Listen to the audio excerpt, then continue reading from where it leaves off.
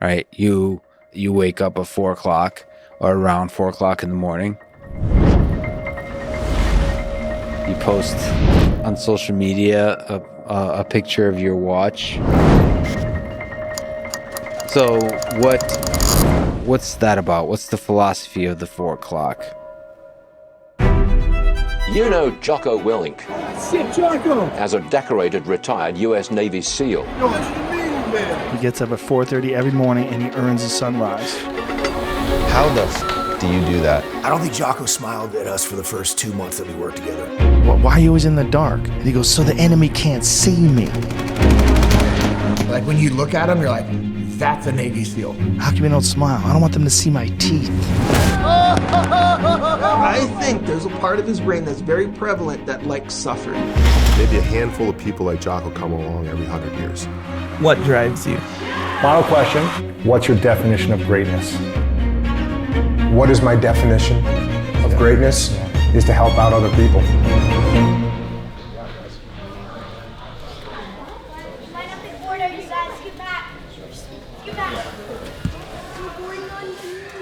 What's up, everybody? Come on in here. Like, have a seat. We're gonna do a little question and answer session. If you start asking me math questions, we're gonna have a problem. Yes? If you could have any nickname, what would it be? If I could have any nickname, what would it be? It would probably be... It would be... Jiu-Jitsu Master of the World! But I don't think I deserve that nickname, so I'll probably just stick with Jocko. Yes? What is the greatest life lesson you've learned from Jiu-Jitsu? The greatest life lesson I learned in Jiu-Jitsu... So have you guys ever heard of the word discipline? Yes. To me, that's the most important thing, and it was something that got reinforced to me through Jiu-Jitsu. Jocko is one of the few people that he doesn't like easy things. He likes challenges.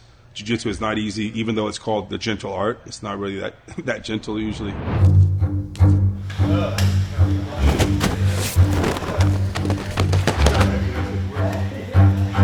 I think somebody like Jocko wants a challenge and they want to conquer something. You can't conquer Jiu-Jitsu. Something is challenging you. Jiu-Jitsu is a classic example. A lot of my friends, when they first experience Jiu-Jitsu, they say, I never want to do that again. It humbles you. It's humbling. There's somebody coming up behind you. You tap. Let me go. I know you can kill me. Let me go. That's a humbling feeling. First time I did Jiu-Jitsu, I was like, oh, I just got choked out a bunch. Cool. I will learn what just happened. The basic principle is don't fight against what they're hanging on to. When something seems hard, that is when you should actually engage in it.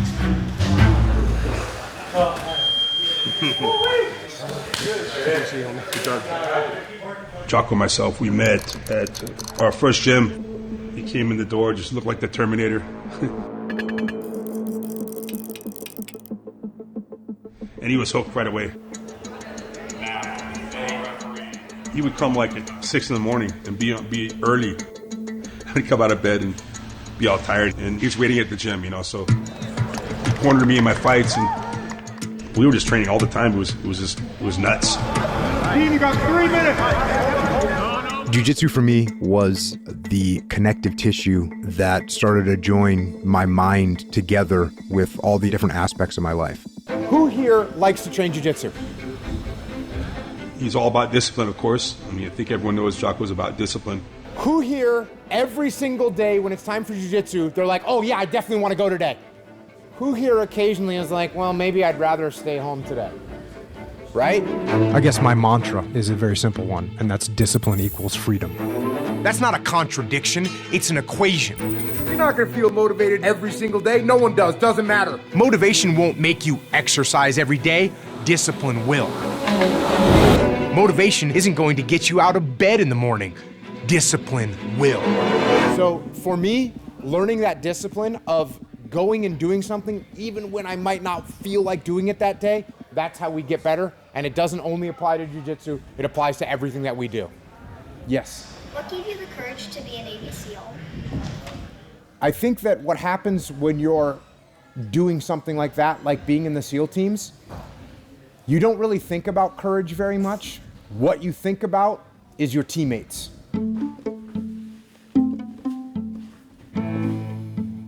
If you asked the average SEAL, what is our mission in Iraq, they would have said, kill bad guys.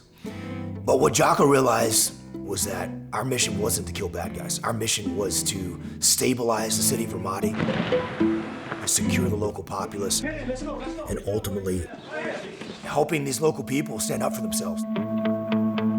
You know, for me, it was my lifelong dream to be in combat. Ever since I could remember wanting to do anything of any substance with my life, I wanted to be some kind of a commando. I was extremely happy and motivated that we were going to Ramadi because it was the worst place in Iraq, and that is exactly where I wanted to be my whole life. So yes, I was fired up to go there. An Iraqi tank, very scary thing. And I hung around with a bunch of guys that thought the same damn thing as me. Let's get after it.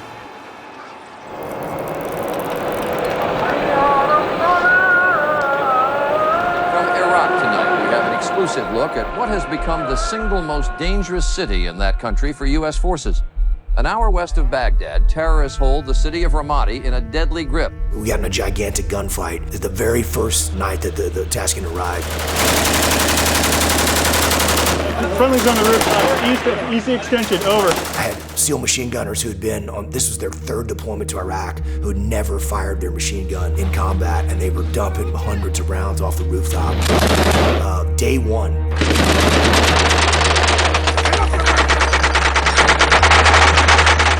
Our first wake-up call, like, welcome to Ramadi. We went into a city that was being controlled by the most sadistic, evil, sick people that you can imagine. They were raping, torturing, skinning people alive, murdering whole families, beheading people. And we fought to take this city back from these savages. What's up?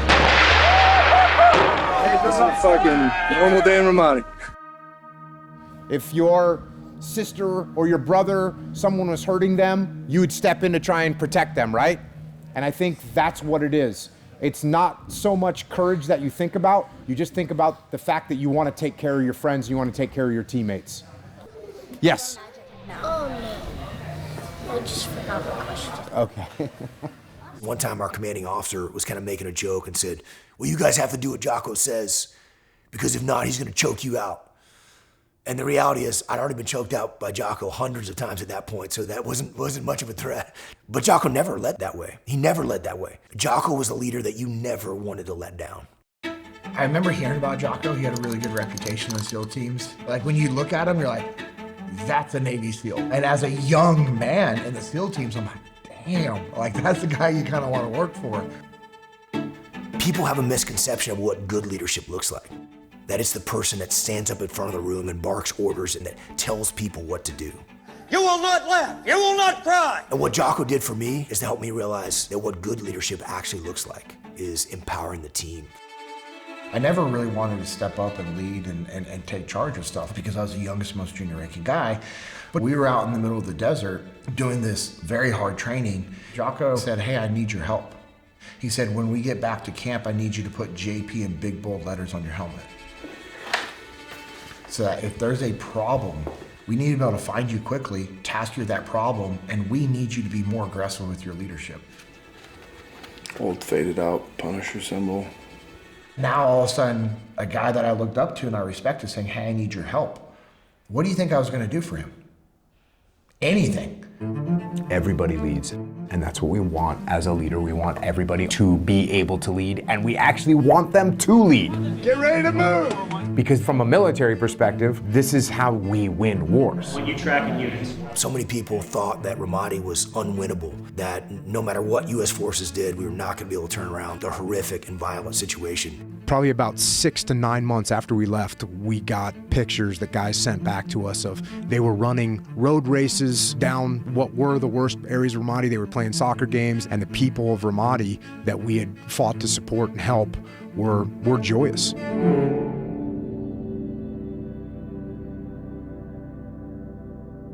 The confidence of the local populace when we were slowly empowering them was pretty incredible. Because as a leader, we want to teach our people how to think, not what to think. All right, ladies and gentlemen, we are here, and I'm here with Jocko Willink of Extreme Ownership, how U.S. Navy SEALs lead and win.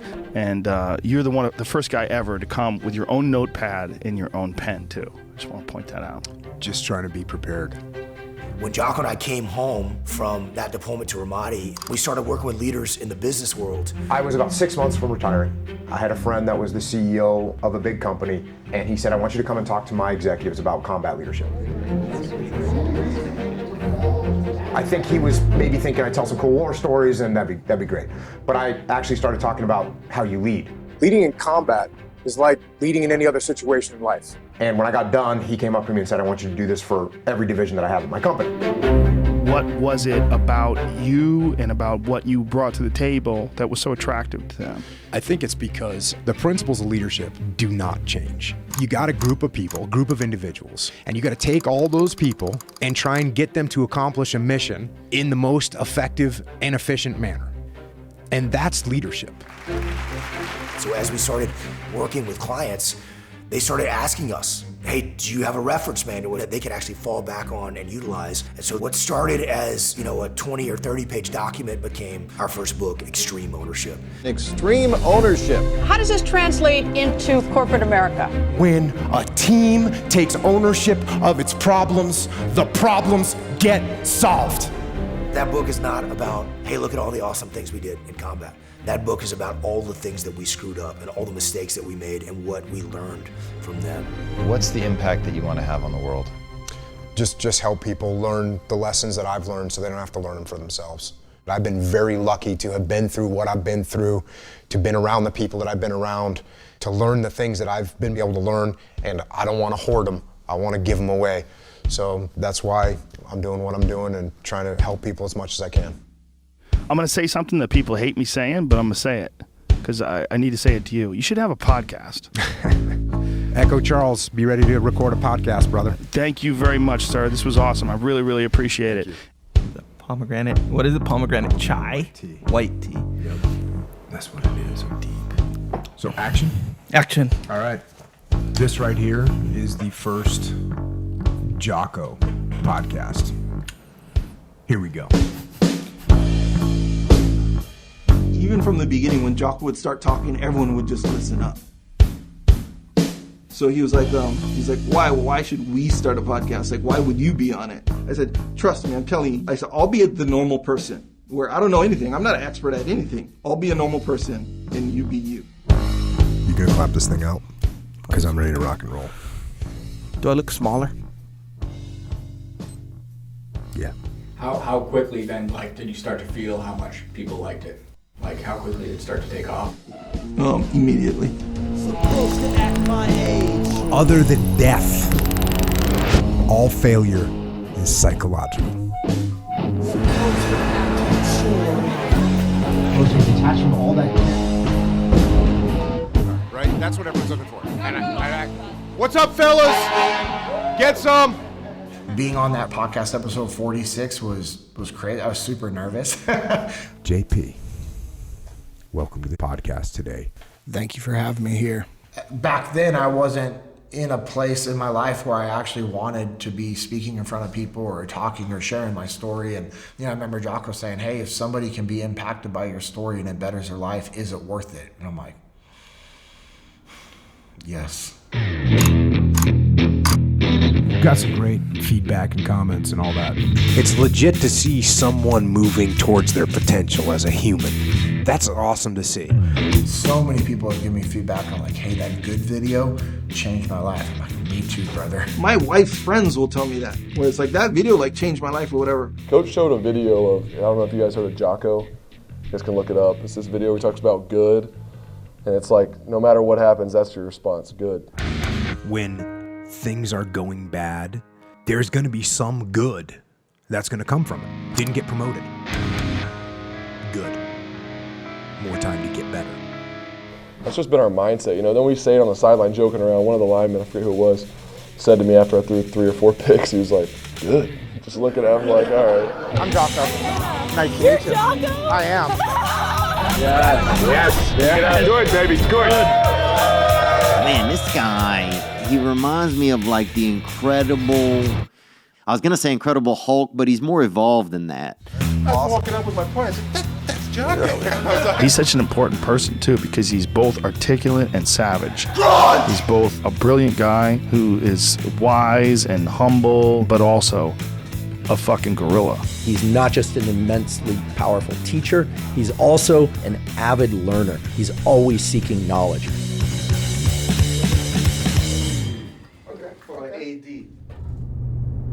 I think the podcast gave people the opportunity to hear about when human beings get put into pressure scenarios and therefore better understand human nature. It's difficult to make a person appreciate freedom when they've never lost theirs. Now, not everybody is going to be a prisoner of war. In fact, I hope and pray none of the people listening to this podcast will ever be in that 8-foot cell. But we all get into our own little prisons, and if those challenges are the same, then the solution is the same. Look, combat is the extreme example. Not everything is about combat. If you've got somebody that has grown up in the world of jiu-jitsu, like Rickson Gracie, who's fought hundreds of times, he's going to have a window into human nature that is going to reveal something. Quitting is not my word anymore. Either we're going to die or I'm going to win, but no quitting.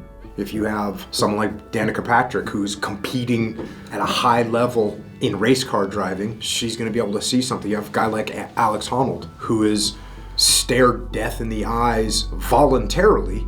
That's going to reveal something about human nature that we can all learn from. Does that mean I'm going to go try and free solo El Cap? Nope, not at all. But can I take his methodologies and some of his lessons and apply them to what I'm doing in my life? Absolutely. I knew, or I figured, I didn't know obviously, but I figured people would like it, but I didn't know it was going to turn into like supplements and freaking this and that and then kids books and all this other stuff. I didn't know any of that stuff. Echo Charles, questions from the interwebs. Roger. What do you got? First question is, does complacency come with age? I see a lot of guys that back off as they get older. Do you have the urge to back off? Negative. You have a lot going on. I mean, it's awesome. Echelon Front, your podcast. You have Origin, Pete Roberts out there. You guys are crushing it, bringing American manufacturing back to this country. You know, Jocko and I never talked about revenue goals. Imagine what that would do to corporate America. Not talking about revenue goals. You know what we talked about? How can we manufacture jeans? How can we manufacture footwear again? Is it possible to make a clean energy drink? We talked about ideas. We didn't talk about money. I'm a part of a company called Origin. They make everything American made. There's not one single person that wants to buy a pair of jeans that's made by an 11-year-old girl working in a sweatshop. All the fabric, all the thread, all the workers, all the machines, everything is made in America. All this shit was exported and sent to China. We're bringing them back. Here come the jobs. If we do the right things for the right reasons, we're going to win in the end. A little book coming out called Way of the Warrior Kid. I'm reading this book with them now, The Way of the Warrior Kid. It's good, I recommend it. Wait a second, is this Jocko? It is. What business does a SEAL have writing kids' books? When I was raising my kids, there wasn't really any books that carried the message of the values that I wanted my kids to have. And so I just wrote my own. We're at Jocko Live. You can be in the most horrific situation, but we get to decide how things are going to impact us. Yeah, he is.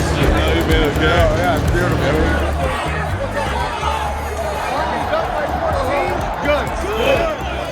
The most important thing that I've found in my life is doing things to help other people is the way that you win. So every time you can get someone to not drink an energy drink that has a bunch of crap in it, we want it to be healthy. And there's no sugar in there, no artificial sweeteners at all. Oh, that's really good. I think it's awesome, and I'm super stoked that we can share this goodness with the world. Cheers, friends.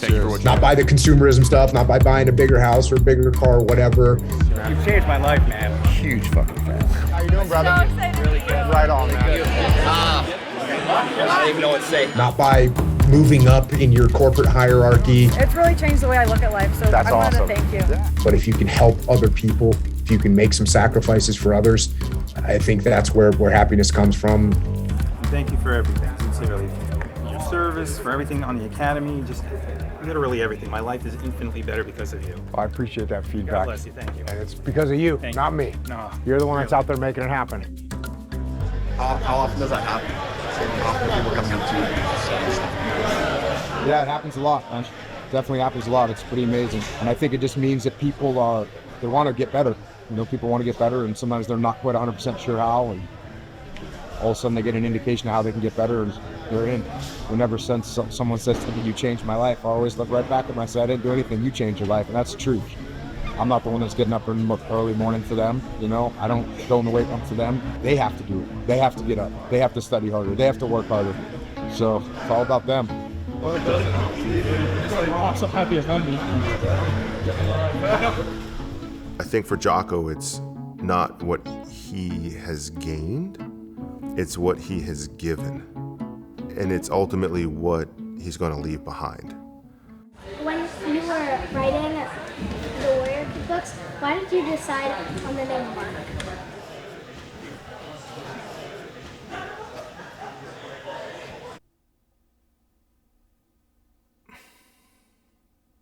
Mark Lee, Mike Monsoor, and Ryan Joad.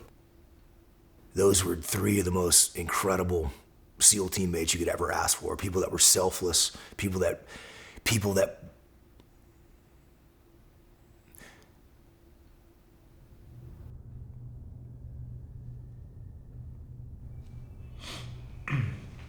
every day, and I would say every minute of every day, I'm thinking about those guys.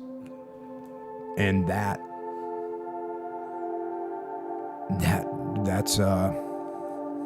definitely pushes me. And I don't want to let those guys down. Mark was a friend of mine, and he was in the SEAL teams, and he got killed over in Iraq. And Mark, the one that was a Navy SEAL, he was a true warrior. And so I wanted to always have that name and have people be able to remember his name. And that's why I put his name in the book and named the character after Mark. All right, and you had a question before. Did you forget it? Oh, good. Go. How do you squeeze in time for writing your books and your podcast when you're trying to do jiu-jitsu? The answer is not wasting any time. You know what I hear? I hear the clock ticking. Your life seems like it's gonna last forever. And I will tell you right now, it's not gonna last forever. It's Monday, y'all. Go get some. I like to look at what things are going to help the most. So doing things that aren't helpful, doing things that don't make any difference, I try not to do them. Your words inspired me to push through the darkest hour of my life. Life goes by, and it goes by quick. Time waits for no man. So